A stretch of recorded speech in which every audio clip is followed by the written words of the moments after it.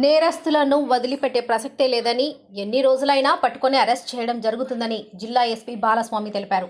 శనివారం రోజున కౌడిపల్లి మండల కేంద్రంలోని స్థానిక పోలీస్ స్టేషన్లో సెంట్రింగ్ బాక్సుల రికవరీపై విలేకరుల సమావేశం నిర్వహించారు.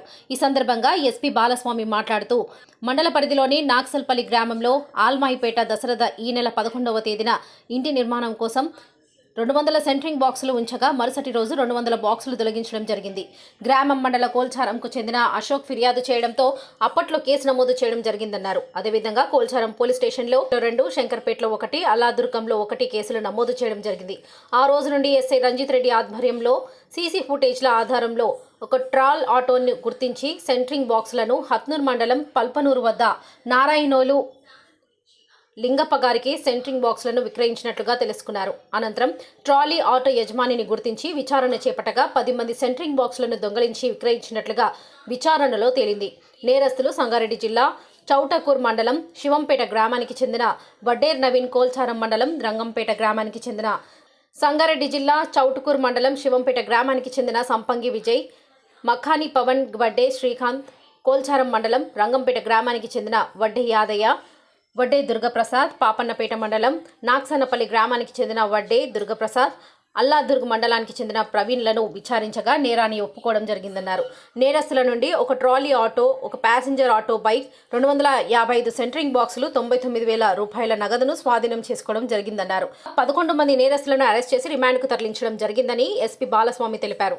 కేసును ఛేదించిన ఎస్ఐ రంజిత్ రెడ్డి, సిబ్బంది బాగయ్య, ఉపేందర్ గౌడ్, శ్రీకాంత్లను అభినందించారు.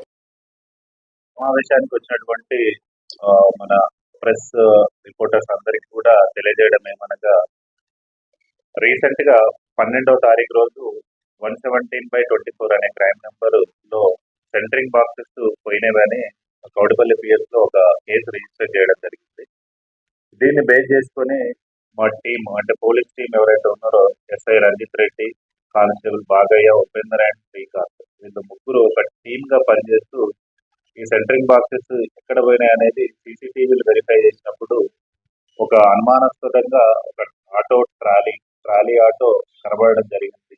దాన్ని ట్రేస్ అవుట్ చేసుకుంటూ డిటెక్ట్ చేసినప్పుడు ఇది పల్పనూరు గ్రామం వద్ద హత్నూరా పోలీస్ స్టేషన్ లిమిట్స్ లో ఒక గ్రామంలో అక్కడ డంప్ చేసి వెళ్ళిపోయినట్టుగా తెలిసింది. సో దాని తర్వాత క్లూస్ ని బట్టి ఆటో ట్రాలీని నంబర్ని ట్రేస్ చేసి వాళ్ళ ఓనరు, తర్వాత ఎవరైతే ఈ అఫెన్స్లకు పాల్పడ్డారో ఆ అఫెన్సెస్ ను సంబంధించిన పర్సన్స్ కూడా మొత్తం 10 మెంబర్స్ ని అరెస్ట్ చేయడం జరిగింది. ఈ 10 మెంబర్స్ ని ఇంట్రాగేషన్ చేసినప్పుడు వీళ్ళు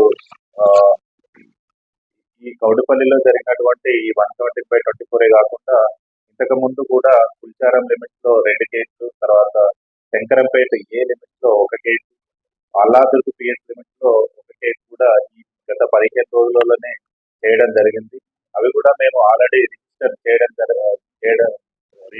చేయడం వల్ల అవి కూడా మనకు ఇందులో డిటెక్ట్ అయినాయి. సో ఇందులో టోటల్ 5 కేసెస్ డిటెక్ట్ అయినాయి.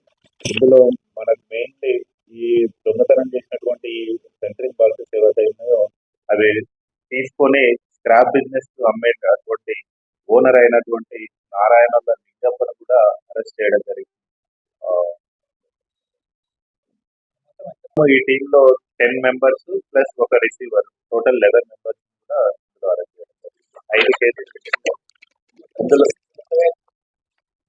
టోటల్ వాల్యూ ఒక ట్రాలీ ఆటో, ఒక ప్యాసింజర్ ఆటో, ఒక బైక్, తర్వాత 255 సెంట్రింగ్ బాక్సెస్ వర్త్ అరౌండ్ 2,50,000, తర్వాత 99,000 క్యాష్ కూడా రికవర్ చేయడం.